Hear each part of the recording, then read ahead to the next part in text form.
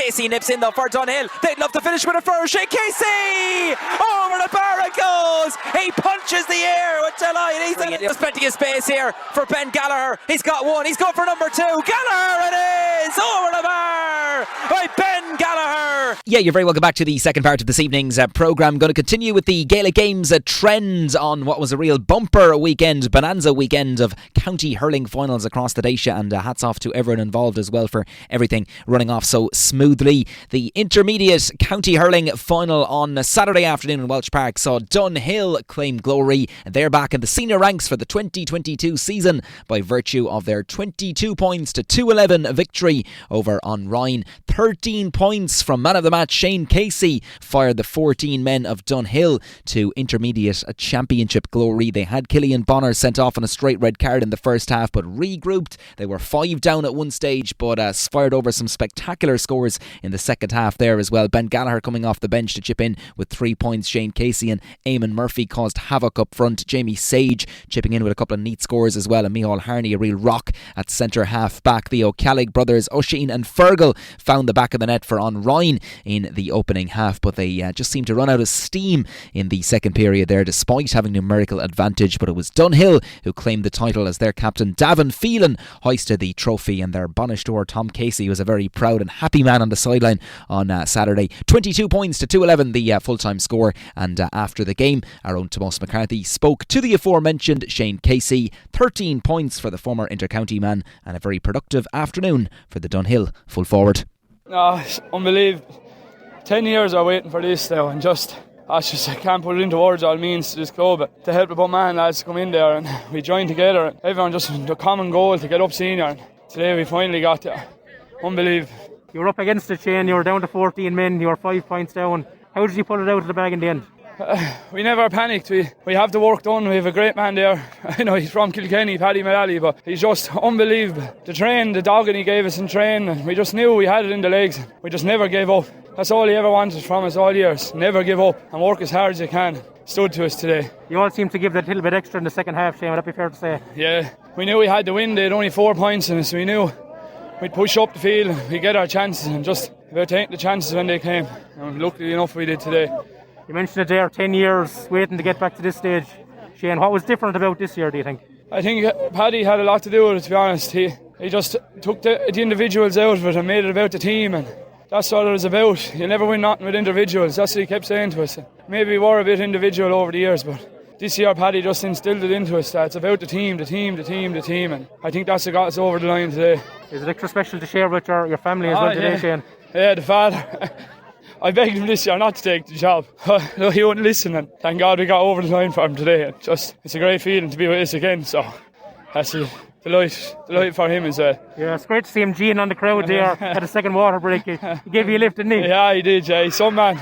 For his age, he's 68 years of age and he's still going. You know, he just loves the club, and that's what it's all about, fellas like him. So just delighted for him. Yeah, you could hear the emotion really there from Shane Casey, couldn't you? But what a performance by Casey and by Dunhill in general on Saturday. Of course, they have the assistance of Bunmahan as well this year, so no doubt celebrations continuing out there. Dunhill 22 points on Ryan 2-11 the full-time score. Back to Saturday night's action in Field, and De La Salle retained their senior hurling status for the 2022 season. Ruben Halloran hit 111 as Sal overcame Ballysaggart in pretty devastating fashion. 423 to 311 the full-time score. Waterford goalkeeper Sean O'Brien, Cormac McCann and Paddy Nevin also finding the net there for the eastern side. So heartbreak for Ballysaggart, who are back down intermediate for the 2022 season, but they brought great energy and great excitement to this year's championship. Could so easily have been in the knockout stages, but unfortunately for them it's back down to intermediate for next season. De La Salle will be hoping to drive on and not find themselves in this situation again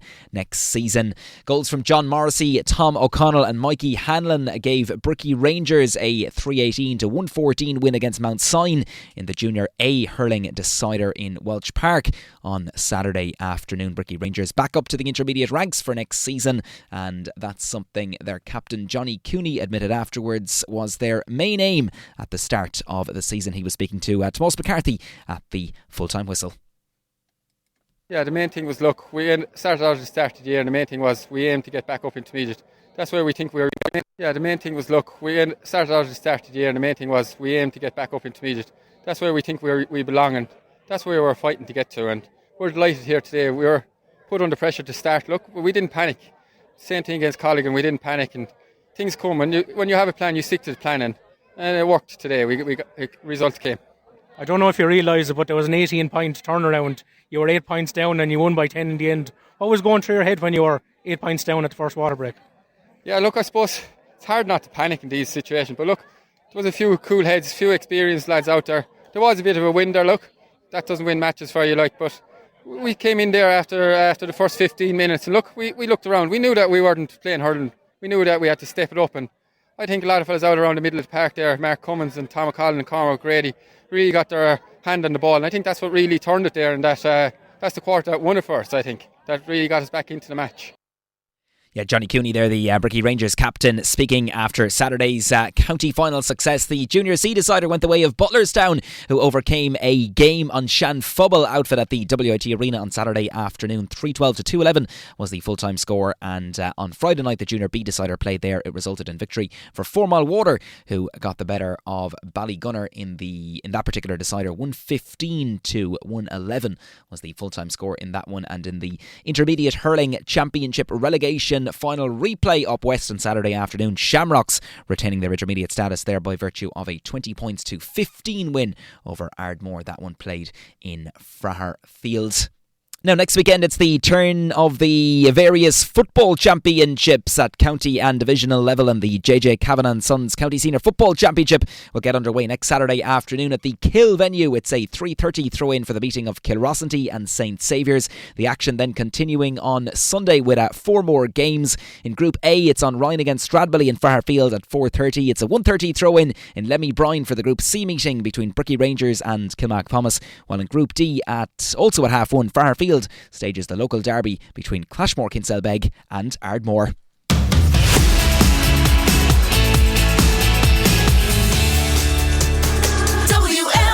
Yeah, going to go to soccer next. I'm going to start with the domestic action, and we'll switch to the Premier League action, cross-channel action, that is, then after the break. But Waterford FC made the lengthy journey northwest on Saturday evening and came away with what could prove to be a very vital point in the SSE Electricity League Premier Division, and ended all square at the showground. Sligo Rovers won, Waterford FC won, the home side taking the lead in controversial circumstances through Andre Wright on 42 minutes. But Waterford came out all guns blazing in the second half and equalised on 49 minutes through Phoenix Patterson. The Blues pushing for a winner there as well, but it ended all square. Sligo Rovers won, Waterford FC won, and going to play you now the post-match interview with the Waterford FC manager Mark Bircham, who was speaking to our own Matt Keane at the full-time whistle. No holding back as always from Bircham in his post-match chat, and first of all was very annoyed with how Sligo Rovers got their first goal through Andre Wright in 42 minutes, where there seemed to be a blatant foul on the Waterford defender, or Waterford player, Phoenix Patterson. So here's Bircham in conversation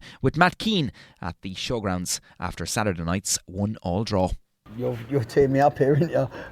Yeah, their players fouled Phoenix in our defending third. Phoenix has got his body in the way. He's gone through him, not even touched the ball.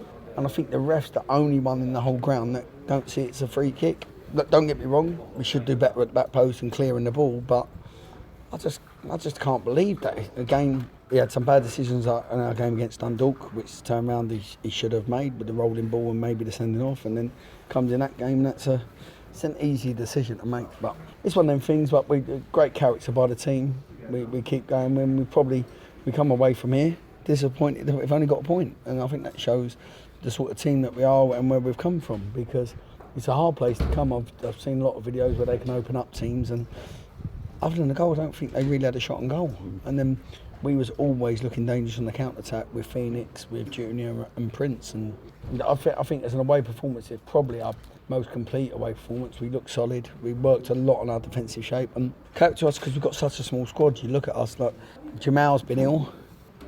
We didn't take him away, so we got young Stringer, and the team was only training with us one day. That's getting the young lads up. It's a different story. That's another problem we've got to deal with. But just been disappointed with a couple of my players in the squad, really, because we have got such a small squad. We've got a great unity in the team, and a couple of players haven't brought into it.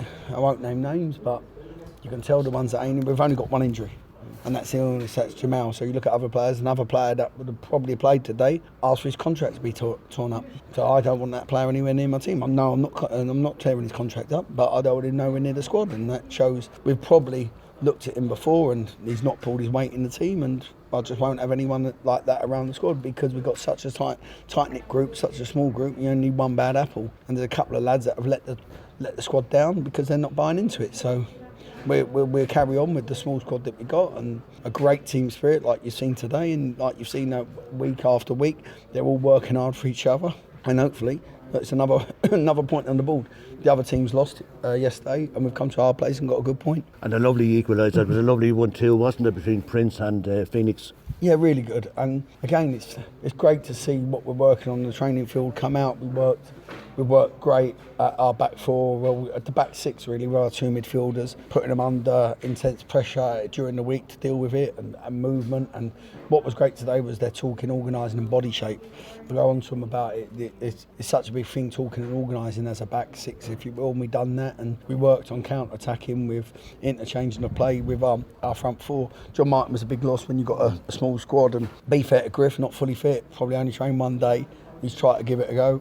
Not good enough, but credit to Cam Nile that we've had to switch positions, put Nile on the right and Jack come on and done really well. So as I said, look, we're happy, but we're unhappy not to take the 3 points. But you just see the team working for each other. That's all you can ask from them. And we almost snuck it at the end. Phoenix, I think it was Robbie McCord got back, took it off the line. We could have won it. Yeah, I don't know how that's not gone in really as an own goal, because I think it's ricocheted, it's bounced and gone over the bar. But I think Phoenix he's looking more dangerous as the week goes on because he's getting his confidence. And I think where he was before in England, he'd been bouncing around Tottenham and Watford, and I think he lost a bit of confidence. Like a lot of young lads, they need your management and a club to show their faith in him. And we managed to talk him to come out here, and I just think he's looking more and more dangerous every game. He looks so dangerous on the counter-attack. He's willing to learn. He's an intelligent lad. We're trying to get him to go both ways. If you've seen, he can go right and left now, so he's a danger. And one-on-one, he's very hard to stop. And we got that with Junior. Junior wasn't as